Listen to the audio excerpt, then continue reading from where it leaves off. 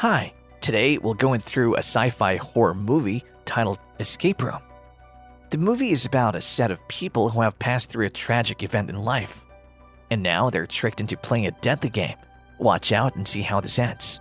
The movie begins with a guy whose name is Ben. He's locked inside a room and he panics as he sees everything getting destroyed. He tries to unlock the door and search for a clue.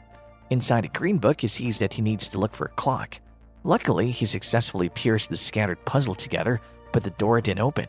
He then screamed in pain but was still stuck in the room. 3 days before this event, we can see Zoe, who's a genius in physics, Jason, who's a successful office worker, and Ben, who works at a grocery store. The three of them got some weird kind of box. Jason's box was given to him as a gift from his boss. Zoe got it from her favorite teacher, and Ben saw the box at his apartment. These three people sorted for a way to open the box that seems unopenable. But later, they successfully unlocked the box and they saw a note inside that invites them to play a game and get a prize of $10,000. They went to the location and the lady whose name is Amanda had gotten the invite as well. Amanda entered the building and saw a man who addressed her. He collected her phone and said a weird sentence while she was leaving, but she didn't give much meaning to his sentence. And on entering the elevator, she got stopped by a boy known as Danny. He entered the elevator and they both went to the first escape room. In the room, they meet Zoe, Jason, and Michael, who's a driver. Ben later entered the room and Danny, who's a pro in video games, entertained them by talking about his experience with various kinds of games while they waited for the game master. After a while, Ben decides to go and smoke outside, but while trying to unlock the door, the lock comes off. Danny then tells them that it seems like the game has begun, so they should look for clues. Michael found a screw and Zoe got an idea about seeing a bug, so she turned the lock on the door to 451. But suddenly the place started getting hot, and they decided to ask the lady if they thought was with them, but she didn't answer their question. Jason then found a lock and they saw it fit into a closed path, but Ben mistakenly removed an extinguisher and suddenly the room started getting hotter. While taking a look at the extinguisher, Zoe saw a key and it unlocked the place they felt the lady was sitting, and they saw that it was just a doll in disguise. A call then came through and the voice told them to follow the posted rules. Then they got scared that they had been abandoned. Minutes later, they were getting baked alive and Zoe saw something on the table. She pressed it down and then a small pathway opened. So they all pressed it down and it completely opened. Slowly they began passing through the pathway but got scared when they saw a person has to press it down for the other ones to remain alive. But then an idea popped into Zoe's mind and she poured water into a cup, placed it on the spot, and they were able to pass through. They did this for all cups, but for the last cup, Ben had to hurriedly pour his drink to fill the cup as the fire was about to burn the place. Luckily, they made it out of the first round as fire erupted in the room. Inside the second room, Jason found a key and unlocked the first door, but to unlock the next, they need to think of 7 letters. Then Ben saw some letters and recalled how he had an accident with his friends but only survived. And each letter on the wood represented his friend's name, so he told Rudolph they were singing Rudolph's song when the ghastly accident occurred. The door unlocked, but Ben wondered who the planner of the games was. Stepping out, they entered a place that had ice all over the floor and was freezing. Danny still considered it a game and moved around carelessly. Then suddenly, a vent air opened, making the place to be more freezing, and all doors closed got locked.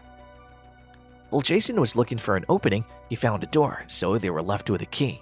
As they continued searching, Amanda saw a red coat and gave it to Zoe to put on, and Michael found a fishing rod while Zoe found a compass inside the coat. Following the direction of the compass, Zoe removed a magnet from Bear's mouth and they attached it to the fishing hook. Luckily, they found the key, but it was locked in an ice box, so they looked for a way to remove it. Jason asks Ben for his lighter, but he provoked him with a statement, which made Ben throw the lighter on the floor and Danny went to get it. But suddenly, the ice cracked and Danny unfortunately drowned in the iced water, making them scream out in fear as they tried to rescue him. But the current kept taking him to different spots and seconds later he died. His death led to an argument between them, but Jason didn't care much about Danny's death.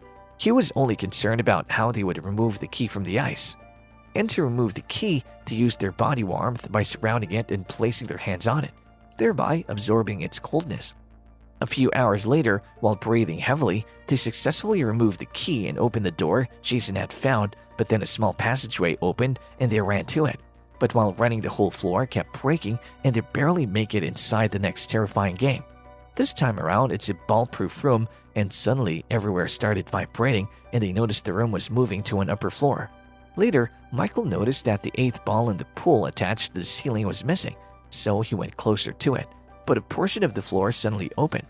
Ben, who had quickly noticed this, prevented Michael from falling from the very high height, and once again they were engulfed in fear and they took off their legs from the floor and leaned closer to the wall. Amanda used her skills and jumped around the building and found a lock that required 4 numbers, and then they tried out different numbers. Then Zoe saw it was a sliding game, so she carefully made her way to the puzzle and successfully arranged it. Finally, they got the answers. Each diagram on the puzzle has a color that corresponds to the color of the ball, and they arranged the number inversely because of the arrangement of the room. Then the lock opened and the ball fell into Amanda's hands. She tried jumping over to their side back, but the ball fell from her pocket, and she got down to pick it up but swiftly jumped on the phone wire as the last part of the building floor fell off.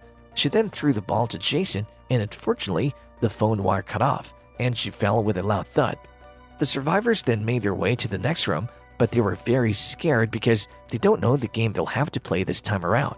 In this room, they found files that contained their details, and each of them said their story. Amanda was the only survivor of an IED blast. Zoe was the only survivor of an airplane crash. Jason survived a freezing island, while his friend developed an illness and had to run off in the ice water.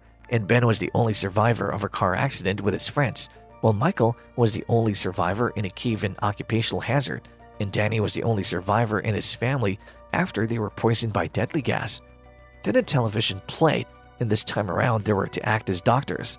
But Zoe got upset and made up her mind that she wasn't playing the game anymore, so she tried breaking all the CCTV cameras.